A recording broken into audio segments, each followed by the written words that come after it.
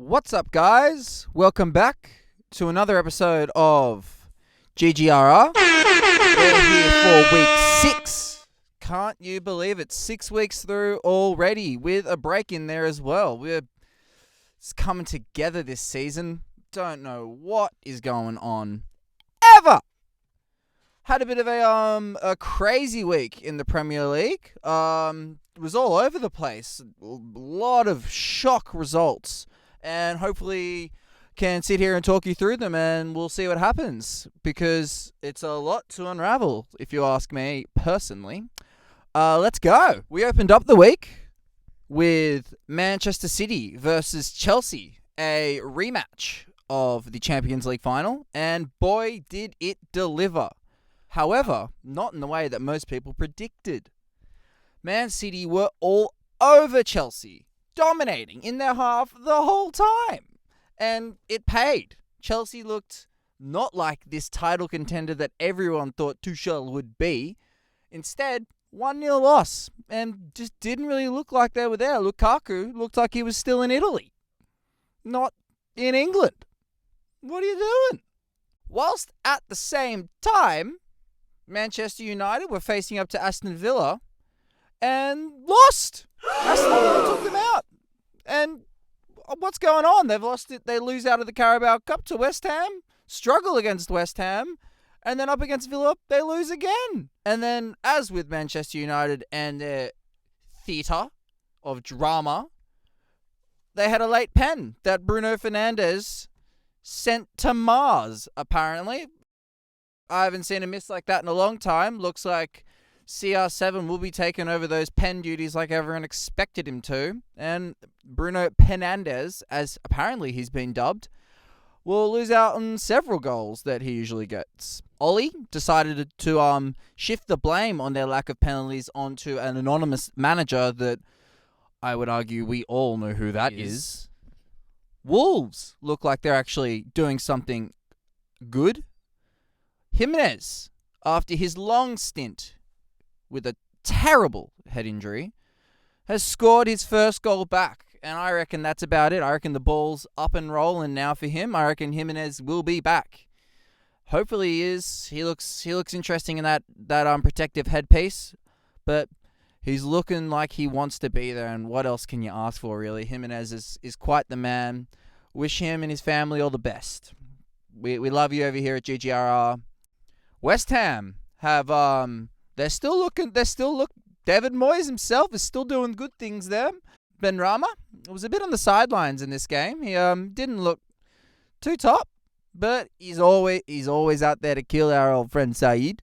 Antonio, however, is always good. The Dirty Dancing Man himself is he scored another goal, and they beat out Leeds, who had Rafinha on fire. I don't know what's going on there. He's just getting better and better. I don't know how Leeds are going to hold on to the man. I think we might see a bit of transfer action with Rafinha. Maybe. Watch this space. Where else we got? Brighton pulled off a crazy game in their little old derby with Crystal Palace. Mope stirring up all the shit that he possibly can. He won't stop. He's just a little menace, a little French menace, that boy. Brighton just don't seem to be falling apart like everyone expected they to. 4 wins, 1 draw, 1 loss. Here's the 4-1-1, folks. Brighton had a chance to go top, didn't take it, but still looking good. They refused to lose, other than that one time they did lose.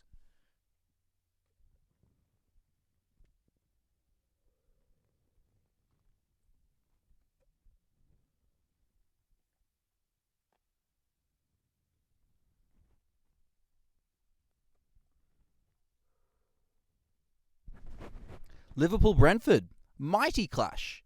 1-1 that game, ended up with a 3-3 draw. Brentford just won't die, will they? They're looking like they're going to have a solid season, and it looks like they're going to be staying up at this rate. Good for them. Mbuemo and Ivan Toney are just a force to be reckoned with up front. Can't stop them, can you? So that's pretty much all the big games. That's all the big news this week. No other big results, really. Tipping was a very rough week for tipping. What can you do? Not many. We had people getting 1 point, 4 points. That was about it. Didn't really see any extraordinary tips, honestly. It was a wild week of football that left all of us in the slumps, some more than others. So, scoring. We've got Devon Roll having a shocker. He's down there all the way at singular last place on 25 points. We've got Mr. Maestro 1 himself on 26 points. We've got Benny B. He didn't have a great week. He's ended up on 29 points. Hopefully we see more from him next week. Then we have on 30 points, Oily Meatball and Callum Wilson 2.0 doing... They had a good one. They had a pretty good week. Oily Meatball's rising up. Then we've got Sanchu on 31 points. And in first place, out on his own, with a nice little tip in the Brighton game, 32 points, Megalex. He's doing well. Got to give him the credit there. Yeah, he's come up from the bottom, and there he is. Shouts to you, Megalex. That's going to wrap it up here. Great week. Hopefully we see you again next week. Watch out for Charlie with his previews for the week, and have a good one. Have a good one, my Grease Group friends, and everyone else that's following and watching along. Don't forget to like, follow, subscribe. Does me a world of help. My Patreon, there's an update there, so check that one out.